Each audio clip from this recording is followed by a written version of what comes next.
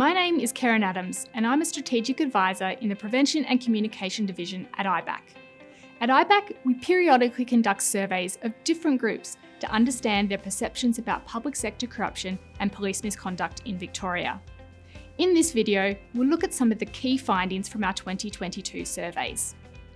More than 12,000 people participated in 2022, with employees from state and local government, Victoria Police, members of the Victorian community and business suppliers to the public sector, all sharing their perceptions of corruption and attitudes to reporting in Victoria. We've previously conducted similar surveys, but this is the first time all groups were surveyed at the same time. This means we can compare findings across groups and explore trends over time.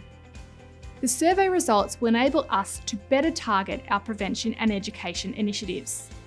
The results are also being released to support agencies in their own corruption prevention activities. A positive finding across all survey groups was that more people believe they know what behaviour constitutes corruption, compared to surveys undertaken in 2016.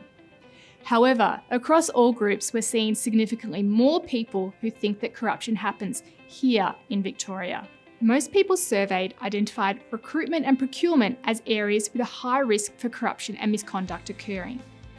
Some of the red flag behaviours which were commonly identified were favouritism, bullying, harassment, and inaction by a supervisor when told about alleged corruption.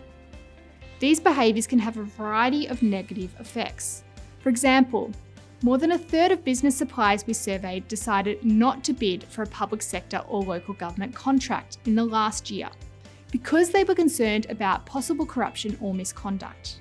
Within each survey, there were some groups of employees who were more likely to believe corruption is a problem or who indicated concerns about reporting in their own workplaces.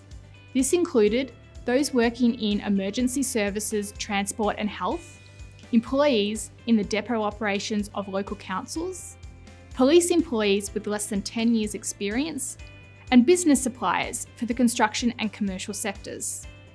This suggests that these areas should be a priority for support and education. The findings tell us that most people in the Victorian community are motivated to report corrupt behaviour or misconduct because they believe they deserve a public sector free of corruption. Compared to the last survey, more people said they would report corruption or misconduct if they observed it, but views differed between groups about whether a report of corruption would be taken seriously. For example, while 47% of public sector employees thought a report of corruption would definitely be taken seriously in 2019, that dropped to 35% in 2022. There were also some concerns about protections for people who make a report about corruption or misconduct. For example, only a quarter of the Victorian community surveyed said they were confident about being protected from victimisation when making a complaint. We want confidence levels to be much higher. The findings from these surveys will be used to inform IBAC's efforts to prevent and educate about corruption.